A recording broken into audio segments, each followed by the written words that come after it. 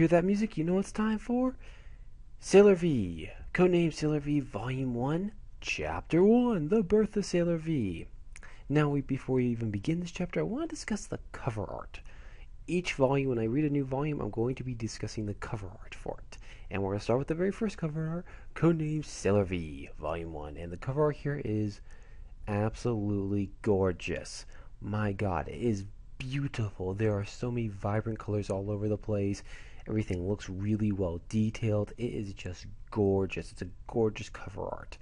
I absolutely love it, and this is a great way for anyone who sees this cover art will definitely be curious about this. I can promise you right now, most people, maybe a few who won't care, but definitely anyone who sees this cover art will absolutely love it. So I gotta give them a lot of props for the cover art. But let's see how the rest of it is with Chapter 1, The Birth of Sailor V. Now what we see first is the lovely Sailor V, and yes, I'm going to be calling her Sailor V because if I try to pronounce her Japanese name, I'm going to butcher it. So I don't want to butcher it. I'm just going to call her Sailor V because that's who she is.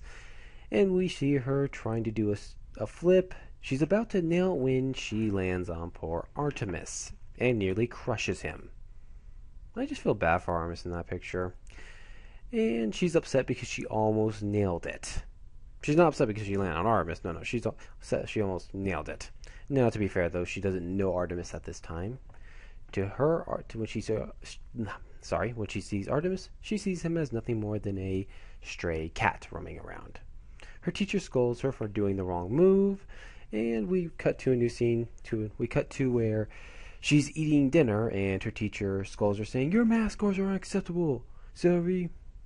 Well, what's her name? Well, not going to pronounce it, just call her Sylvie. But teacher scolds her for having bad math scores and for eating too much on her food, and so on and so forth.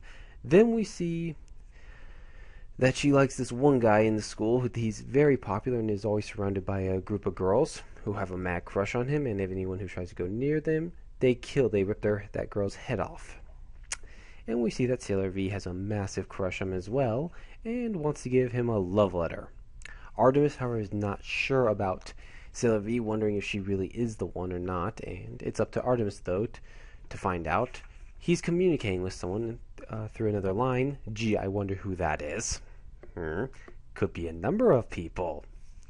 But, anyways, we see the meeting, and we see that he says that Sailor V, aka, I'm not going to pronounce her name as I said, but that she should put a bow around on the back of her head, a red bow, because it would make her look better. It would make her look more pretty. And she does. And she forgets to give him the letter. But we also see something else about her. Sailor V is a bit of a tomboy. She basically hops over fences and so on and so forth, and she beats up guys. I do kind of like this. I like this character trait of Sailor V because I like the fact she's not delicate. She is a bit of a tomboy. She's willing to get down and dirty. I do like that as a character for her. So on and so forth, that when she heads home, her mom scolds her because she got filthy for climbing over fences and stuff. And she goes ahead and is about to take a shower when Artemis comes in and tells her that, "Hi, I'm Artemis. Nice to meet you." I can't pronounce her name as I said, but just call me Artemis. And keep in mind that Sylvie is completely naked in the shower when Artemis does that. "Artemis, I'm going to give you a word of advice. Even though you are a talking cat, never go into a woman's bathroom when they're showering. It doesn't end well, my friend. So remember that piece of advice." So after that, Artemis jumps out of the shower because she freaks out and says, "Gee, a pervert!" Not kidding, it's right there, and it's actually kind of cool. And so when she gets back in her room, Artemis goes into her room and tells her what she is and shows her a glimpse into the future. Well, not really the future. Shows her the Earth, and then shows her her kingdom of Venus, and shows her that she has a kingdom. She eventually wakes up the next day, puts her red bow on, and is off to school. Artemis actually sees the boy that Sylvie likes and realizes that boy is nothing but trouble. So Artemis goes running to Sylvie and tells her that he's nothing but trouble, and then Sylvie stumbles on to the fact that apparently he is nothing but trouble, and he's actually turning girls into slaves for him. And eventually he wants to rule all of Tokyo. I would pay you the nostalgia critics. In Bison quote of course, but I'm not going to. So after that, they're about to capture her when she transforms into Sailor V. She's actually given the pin, and she transforms into the one, the only, Moon Power Transformation, Sailor V. And codename Sailor V is born. The champion of justice, the pretty guardian in a sailor suit, Sailor Venus, has arrived. She actually takes down a few of the girls, and Artemis tells her that that he's not really a human, that he's hiding his true form. She doesn't believe it at first, but then she uses her. Hold on, so I'm trying to remember what the name is. I have the book right, so I'm trying to read it. So.